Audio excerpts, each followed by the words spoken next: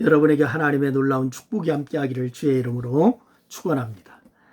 오늘은 사무엘상 30장 21절로 25절 말씀을 본문으로 하여서 함께 은혜를 나누려고 합니다.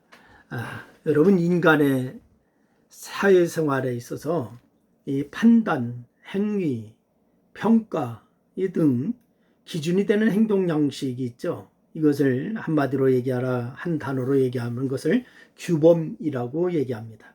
그런데 이 규범이 바로 세워지지 않으면 그 사회는 질서를 유지할 수가 없습니다.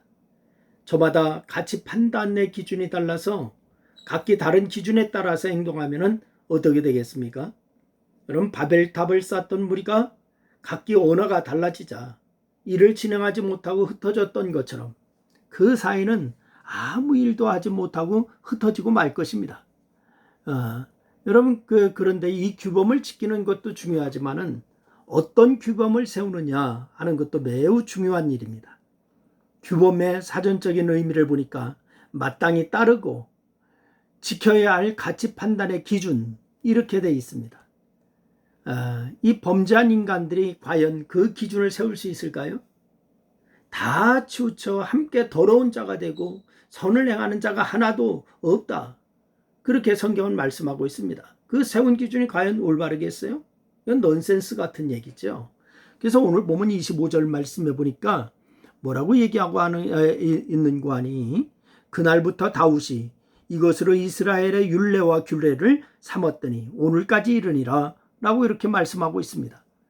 여러분, 다윗이 새로운 규범을 세웠는데 이스라엘 사이가 그 규범을 대대로 지켰을 뿐만이 아니라 성경이 그 규범을 매우 옳게 여기고 있다는 것입니다. 그래서 다윗이 무엇에 근거하여서 어떤 규범을 세웠기에 이렇게 칭찬과 인정을 받는 것일까요?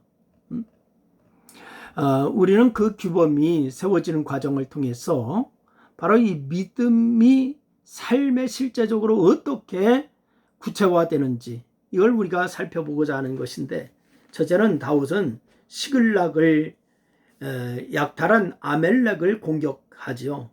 여러분, 다윗이 한때 사울을 피해서 블레셋에 망명한 적이 있는데 블레셋 왕은 다윗에게 시글락을 주어서 함께 한 사람들과 거주하게 그렇게 했습니다.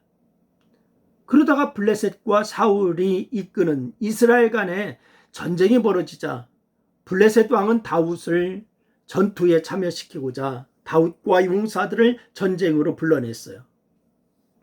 그러나 다윗으로서는 이스라엘을 공격할 수도 없고 블레셋을 공격할 수도 없는 그런 진퇴양난에 빠지고 만 것이죠.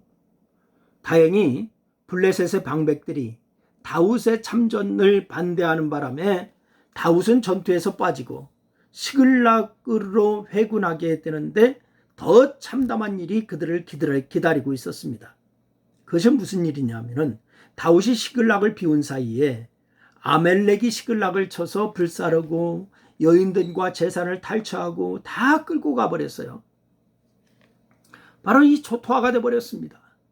그래서 다윗과 함께한 백성이 울 기력도 없도록 소리를 높여 울었는데 백성 중에는 다윗을 돌로 치려는 자들도 있었습니다. 일생일대의 최대 위기에 봉착한 거예요.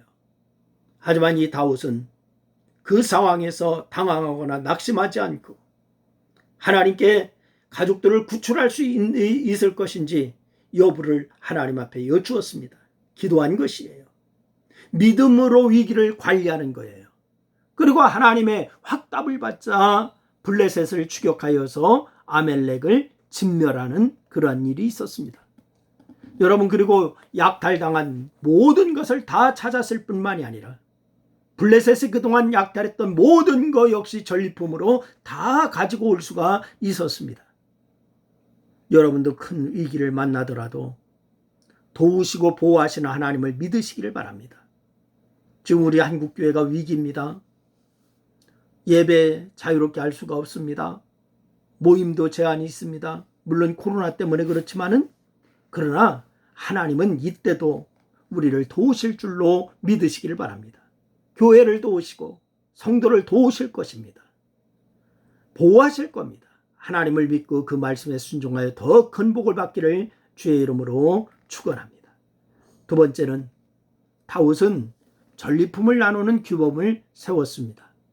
아멜렉을 공격하여서 빼앗긴 것을 비롯하여서 많은 전리품을 가지고 돌아왔을 때에 이스라엘 군대는 큰 흥이 났습니다. 신났습니다. 하지만 전리품을 배분하는 과정에서 불협화음과 고상이 오갑니다. 욕심이 생긴 거죠. 아멜렉을 추적할 때에 피곤하여 끝까지 함께하지 못한 자들이 있었는데 끝까지 전투에 임했던 자들 중에 어떤 자들이 끝까지 함께하지 못한 자들에게 전리품을 줄 수가 없다. 저들이 끝까지 갔어야지 도중에 포기했는데 어떻게 줄 수 있느냐, 이렇게 주장하는 거예요.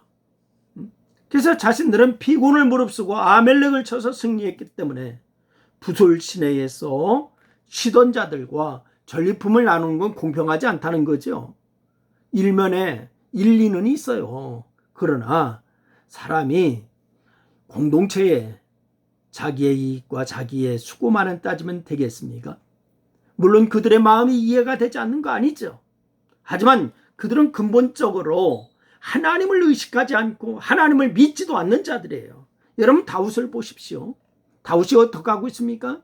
다윗은 아멜렉을 쳐서 승리하고 전리품을 취하게 된 일은 전적으로 하나님께서 보호하시고 우리를 치러 온 그 군대를 우리 손에 넘기셨기 때문에 가능했다.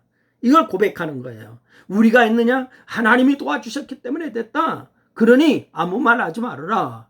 이게 다윗의 고백입니다. 그러니 전리품은 하나님께서 우리에게 주신 것이지 우리 마음대로 처리할 것이 아니다. 더구나 부솔 시내에 머문 자들도 후방에서 소유물을 지킨 것이니까 그들에게 전리품을 주지 않는 것은 잘못된 일이다 라고 얘기했습니다. 하나님을 의식하고 하나님을 모든 일의 중심에 놓는 다윗의 입장에서 볼 때에 그들은 악한 자요 불량배들이었던 것입니다. 결국 다윗은 믿음에 근거하여 실제 삶에서 중요한 규범을 도출해냈고 그 규범은 하나님의 인정 속에 대대로 이스라엘의 율례와 규례가 되었습니다. 여러분 그 다윗처럼 어떤 규범을 만들자는 것은 아니에요. 믿음이 삶에 녹아 있어서 그 믿음에 근거하여 실제적이고 구체적인 생활을 하자는 것입니다. 그런 성도들이 다 될 수 있기를 주의 이름으로 축원합니다. 기도하겠습니다. 하나님 아버지, 우리가 정말 규모 있는 신앙의 삶을 살게 하여 주시기를 원합니다. 하나님, 우리의 환경과 처지와 우리의 수고만 앞장세우지 않게 하시고 하나님이 하시는 일을 바라볼 수 있는 믿음의 사람들이 되게 도와 주옵소서. 하나님, 이 나라 교회를 기억하여 주시기를 원합니다. 하나님, 교회가 많은 어려움 가운데 있고 믿는 자들이 어려움 가운데 있는데 하나님 교회를 지켜주시고 성도들이 이때에 믿음으로 더 승리하는 그런 역사가 있게 하여 주시옵소서. 예수님의 이름으로 기도드리옵나이다. 아멘.